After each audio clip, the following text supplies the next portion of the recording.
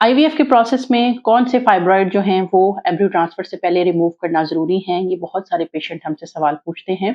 3 किस्म के फाइब्रॉइड हैं जो एम्ब्रियो ट्रांसफर से पहले रिमूव कर लेने चाहिए।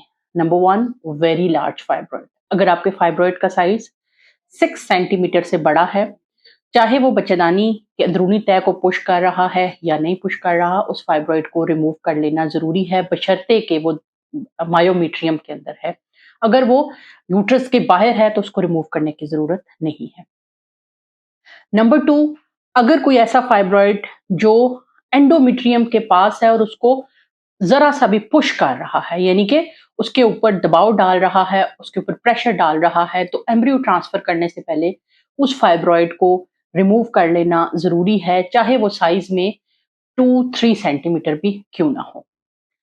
इसी तरह से अगर फाइब्रॉइड यूट्रस को कि जो अंदरूनी तह है उसको डिस्प्लेस कर रहा है, प्रेशर डाल के उसको अपनी जगह से हिला रहा है, तो चाहे कोई भी साइज़ हो, हमने उस फाइब्रॉइड को रिमूव करना है।